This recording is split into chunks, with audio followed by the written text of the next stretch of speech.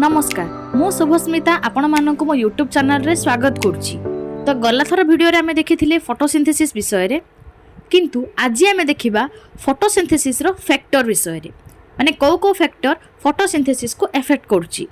तो चलंतु देरी न करी वीडियोटी को स्टार्ट करिबा। Factor affecting photosynthesis. Various factors influencing photosynthetic energy. Photosynthesis is the process by which a plant converts light energy into chemical energy, which is then used to produce food. Plants produce food or energy in the form of sugar through the use of water, carbon dioxide, and sunlight in the presence of chlorophyll. And they also produce oxygen as a byproduct of their metabolism. यार माने कौन ना photosynthesis बा आलोक श्लेषण प्रक्रिया रे केउ केउ factor जाक इफेक्ट पकोची बुझियला। देखो इन्फ्लुएंसिंग माने कौन इफेक्ट हैला। तो फोटोसिंथेसिस माने कौन जानछे ना जो प्रोसेस रे प्लांट लाइट एनर्जी को केमिकल एनर्जी रे कन्वर्ट करिकी फूड प्रोड्यूस करिवो ताहाको फोटोसिंथेसिस कहै जाय हैला। प्लांट जो फूडटा प्रोड्यूस कला सेटा को फॉर्म रे करिवो, सुगर रो फॉर्म रे करिवो। आउ ए जो प्रक्रियाटा बा फूडटा प्रोड्यूस हैला सेटा कोन हबो ना क्लोरोफिल रो प्रेजेंस रे water, carbon dioxide and sunlight रो यूज रे तैयारी हबो। आउ ऑक्सीजन टा कोन हबो ना बाय प्रोडक्ट भाबे प्रोड्यूस हबो बुझियला। Photosynthesis is affected by a variety of factors, the most important of which are internal and external factor. In order to understand the rate of photosynthesis, it is necessary to first gain an understanding of the factor that influence photosynthesis. माने कौन ए जो photosynthesis टा विभिन्न प्रकार factor द्वारा affected हबो, सेथि मध्यरु internal आउ एक्सटर्नल फैक्टर दिटा इंपोर्टेंट ना। फोटोसिंथेसिस को जानिबा पूर्वरु आमु कोन करिया को पड़िबो ना को फैक्टर फोटोसिंथेसिस को इफेक्ट पकोची बा इन्फ्लुएंस करची सेटा जानिबा आवश्यक हैला। तो फैक्टर कौन कौन ना एक्सटर्नल फैक्टर और इंटरनल फैक्टर। तो चलो ए एक्सटर्नल फैक्टर रे कौन कौन जाउची और इंटरनल फैक्टर रे कौन कौन जाउची से सब देखिबा। External factor sunlight, carbon dioxide, temperature, water, oxygen, mineral elements, air pollutant. Internal factor रे कौन जाउची age of leaf, orientation of leaf, size of leaf, orientation of chloroplast, orientation and number of mesophyll cell, amount of chlorophyll, number of leaves, accumulation of carbohydrate. तो first आम external factor विषय जानिबा। External factors light, it is one of the most important factors influencing photosynthesis. Photosynthesis cannot occur in the dark and the plant's primary source of light is sunlight. Increased light intensity result in a higher rate of photosynthesis. On the other hand, low light intensity result in a lower rate of photosynthesis. माने कौन ना photosynthesis रो important factor होची light. Photosynthesis टा केबे भी dark रे होबो नै, माने अंधार रे केबे भी फोटोसिंथेसिस टा होबोनी। सेति पय बोली कि सनलाइट जोडा कि लाइट रो गुटे प्राइमरी सोर्स बा मेन सोर्स, ठीक अछि। जेतेबेले लाइट इंटेंसिटी टा इंक्रीज होबो सेतेबेले फोटोसिंथेसिस रो परिमाण भी इंक्रीज होबो। आउ जेतेबेले लो लाइट इंटेंसिटी होबो सेतेबेले कोन होबो ना फोटोसिंथेसिस रो रेट टा लो हे जिवो। Without enough light, a plant cannot photosynthesis very quickly, even if there is plenty of water and carbon dioxide and a suitable temperature. Increasing the light intensity increase the rate of photosynthesis until some other factor, a limiting factor, becomes in short supply. ना एथुरा में कौन बुझिले ना plant को ठीक परिमाणर water, carbon dioxide वो suitable temperature मिलिले मध्य जदि enough light बा ठीक परिमाणर लाइट जदि प्लांट को सप्लाई हेलानी तो फोटोसिंथेसिस टा कोन हबो ना क्विकली हेई परिबो नाही बुझियला। सेकंड पॉइंट कोन ना लाइट रो इंटेंसिटी बा लाइट रो परिमाण जदि इंक्रीज होला तो रेट ऑफ फोटोसिंथेसिस मध्य इंक्रीज हबो बुझियला। Three aspect of light are critical for photosynthesis. First intensity.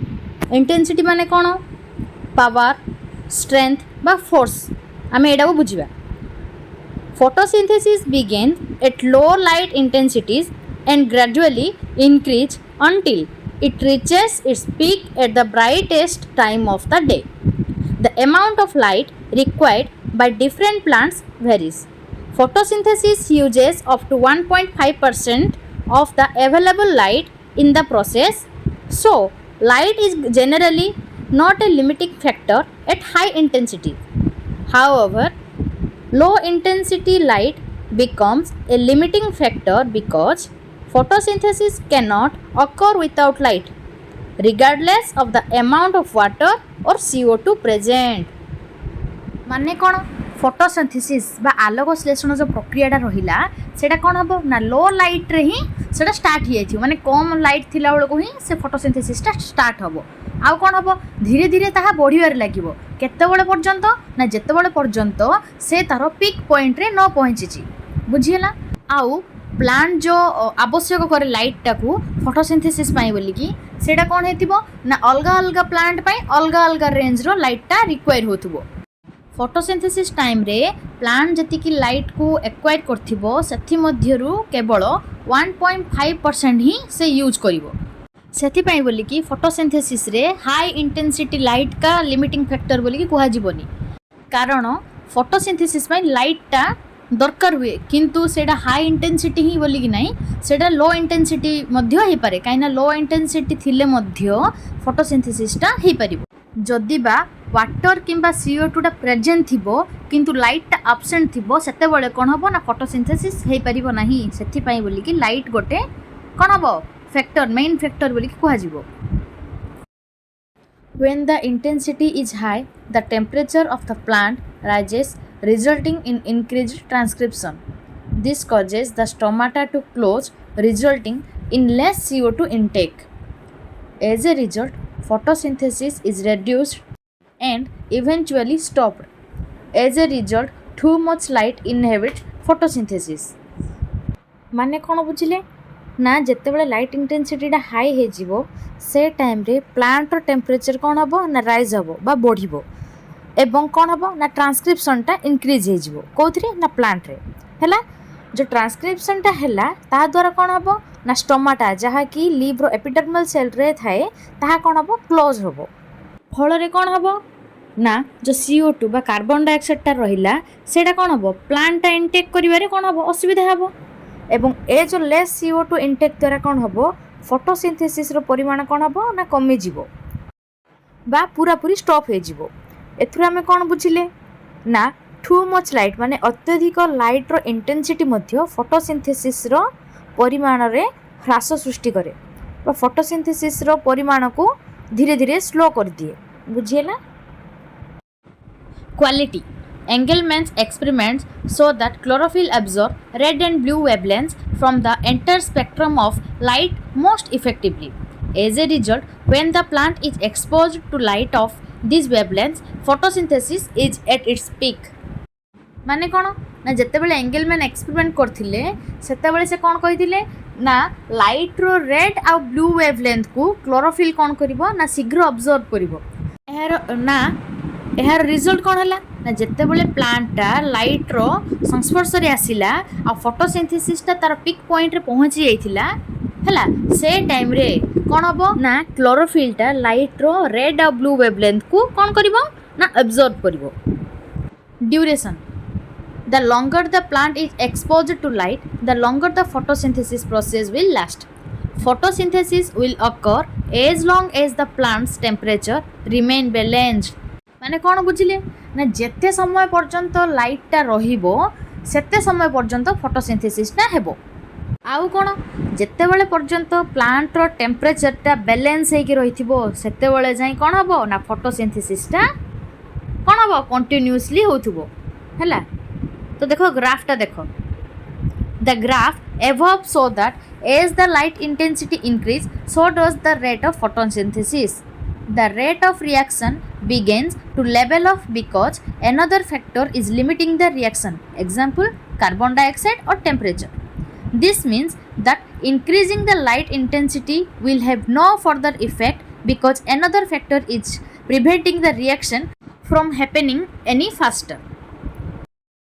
तो ग्राफ रू आम कौन बुझिले ना लाइट इंटेंसिटीटा इंक्रीज होगा सहित फोटोसिंथेसिस मध्य इंक्रीज होबार लागिबो हैला आ फोटोसिंथेसिसटा सेतेबेले स्थिर होबो जेतेबेले कि अन्य कौनसी फैक्टर ताहाकू कौन करिवो प्रभाव पकेइबो जेमति कि कार्बन डाइऑक्साइड और टेम्परेचर एहर मीनिंग कौन है ना लाइट इंटेंसिटीटा जेते भी बढ़े सेटा कौन हम ना फोटोसिंथेसिस को कौन भी प्रभाव पकेइबो नहीं कहीं ना से समय रे कार्बन डाइऑक्साइड टेम्परेचर जोड़ा कि अनदर फैक्टर से सब को माने से रिएक्शन को से माने कौन कौन प्रिवेंट करदेवे जहाँ फल कि फोटोसिंथेसिसटा एक निर्दिष्ट समय रे स्थिर हो जिवो हैला।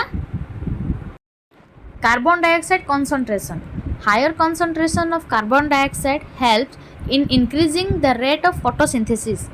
Usually carbon dioxide in the range of 300 to 400 ppm parts per million is adequate for photosynthesis. If the concentration of carbon dioxide is increased, the rate of photosynthesis will therefore increase. Again, at some point a factor may become limiting. माने कौन ना carbon dioxide रो concentration high हेले photosynthesis रो जो रेटटा रहला सेटा मध्य increase होबो ना photosynthesis रे 300 रु 400 ppm माने पार्ट्स पर मिलियन कार्बन डाइऑक्साइड हेले सफिशिएंट होबो एडिक्वेट रो मीनिंग कौन हला सफिशिएंट हला इफ द कंसंट्रेशन जो थर्ड नंबर पॉइंट कौन कहिची जदि कार्बन डाइऑक्साइड रो कंसंट्रेशनटा इंक्रीज होबो तापर कौन हम ना फोटोसिंथेसिस मध्य इंक्रीज होबो किंतु गोटे निर्दिष्ट पॉइंट आसीबो बा गोटे निर्दिष्ट समय आसीबो जो समय रे कि कार्बन डाइऑक्साइड मध्य स्थिर हो जिवो when light and temperature are not the limiting factors increasing CO2 concentration leads to an increase in photosynthesis rate. However, after a certain point CO2 begin to accumulate in the plant slowing down the process. As a result, excess CO2 inhibits photosynthesis, especially when it begin to accumulate. एथुरे आमे कोन बुझिले ना जेते बेले photosynthesis रे light आउ टेम्परेचरटा limiting factor हेबो नाही से time रे CO2 जदि इंक्रीज हैला ताले फोटोसिंथेसिसटा इंक्रीज होबो माने से समय रे CO2 टा इंपोर्टेंट होबो कहा पाई ना फोटोसिंथेसिस प्रोसेस पाई ना गोटे निर्दिष्ट पॉइंट रे जेते बेले कि CO2 को प्लांट कौन करिवो ना एक्युमुलेट करिवो एक्युमुलेट माने कौन स्टोर करिबा बा कलेक्ट करिवो माने प्लांट जेते बेले CO2 को सी ऑब्जर्व बा कलेक्ट करिवो सेटा कौन हबो ना धीरे धीरे धीरे धीरे धीरे फोटोसिंथेसिसटा कौन हबो स्लो डाउन हे जिवो जहाँ फल रे कि फोटोसिंथेसिस रे बाधा प्राप्त हेबो बुझियला जदि CO2 टा जदि एक्सेस हे गला ताहाले मध्य फोटोसिंथेसिसटा कौन हबो स्लो हे जिवो बुझियला। The graph above show that as the carbon dioxide concentration increase, so does the rate of photosynthesis. The rate of reaction begins to level off because another factor is limiting the reaction, example light or temperature.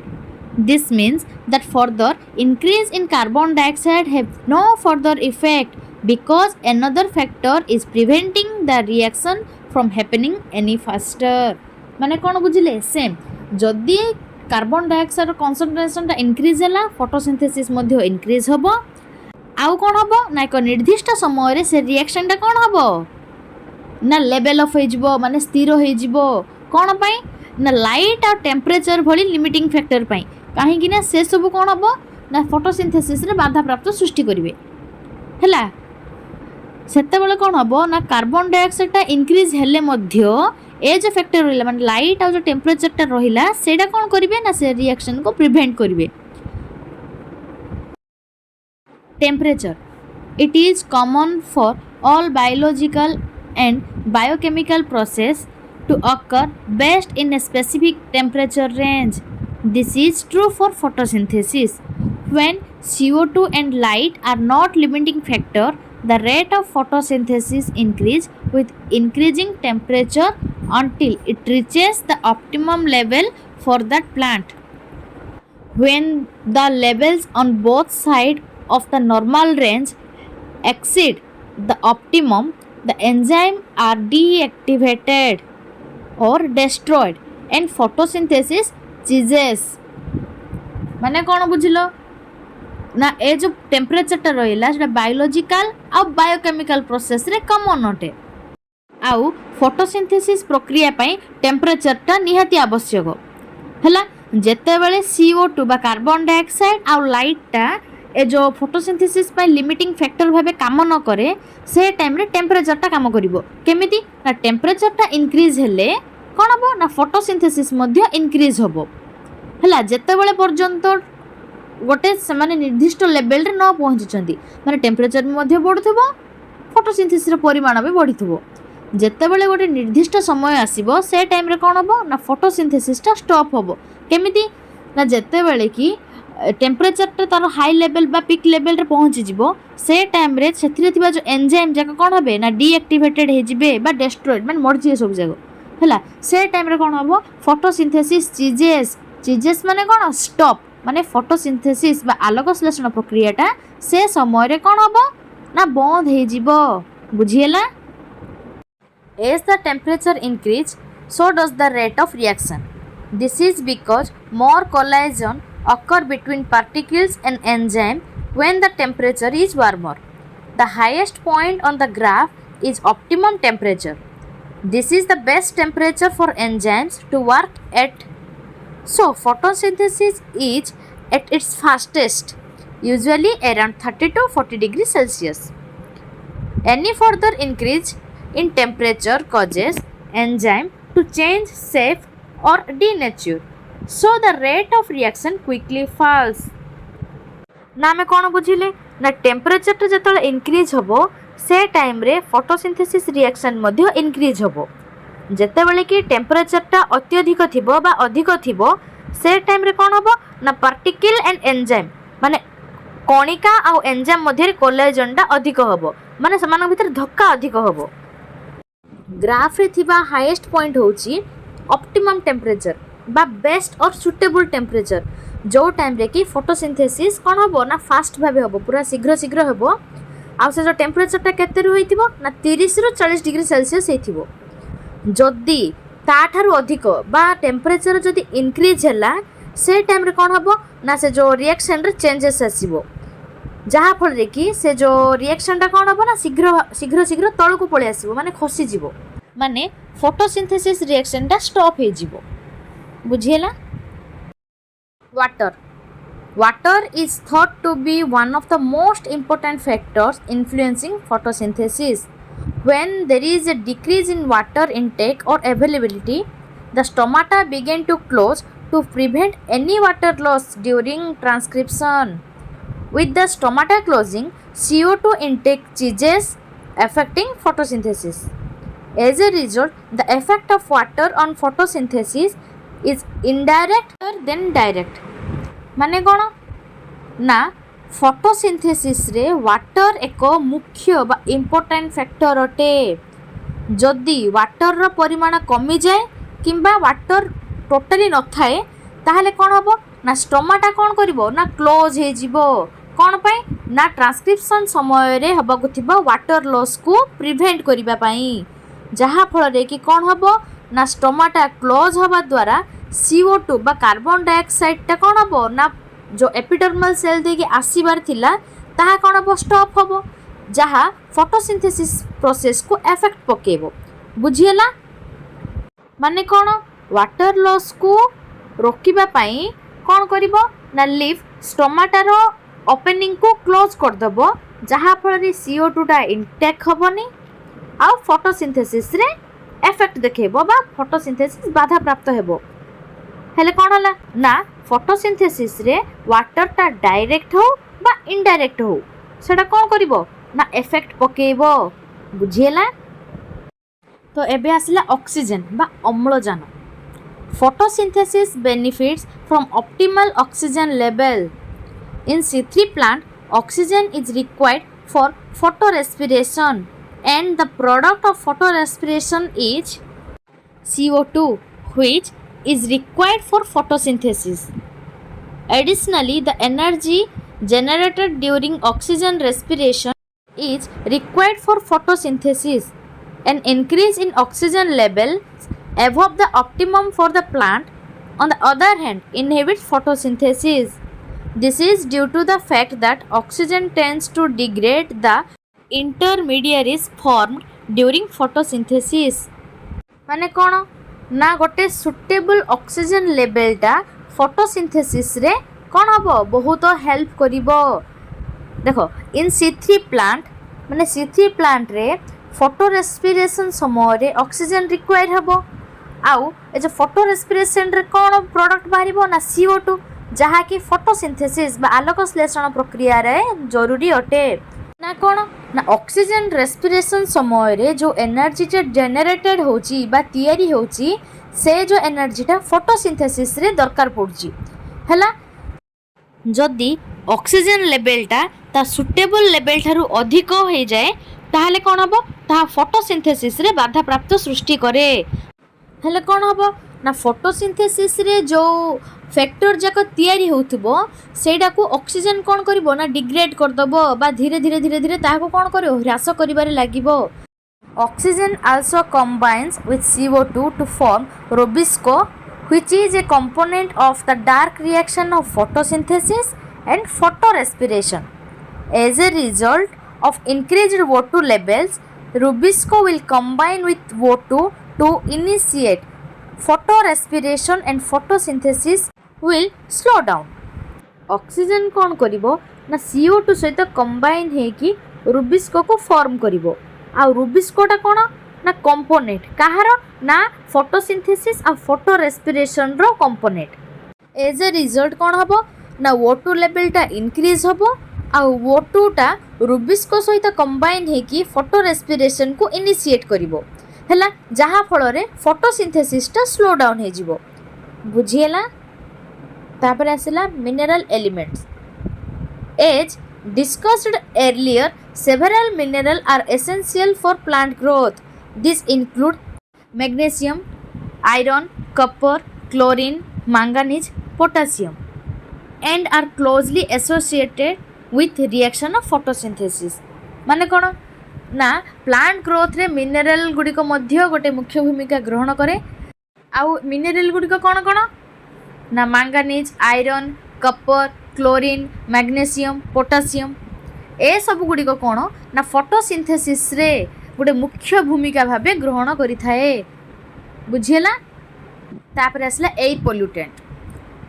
Gaseous and metallic pollutant decrease photosynthetic activity. This include ozone, SO2 oxidant, hydrogen fluoride etc..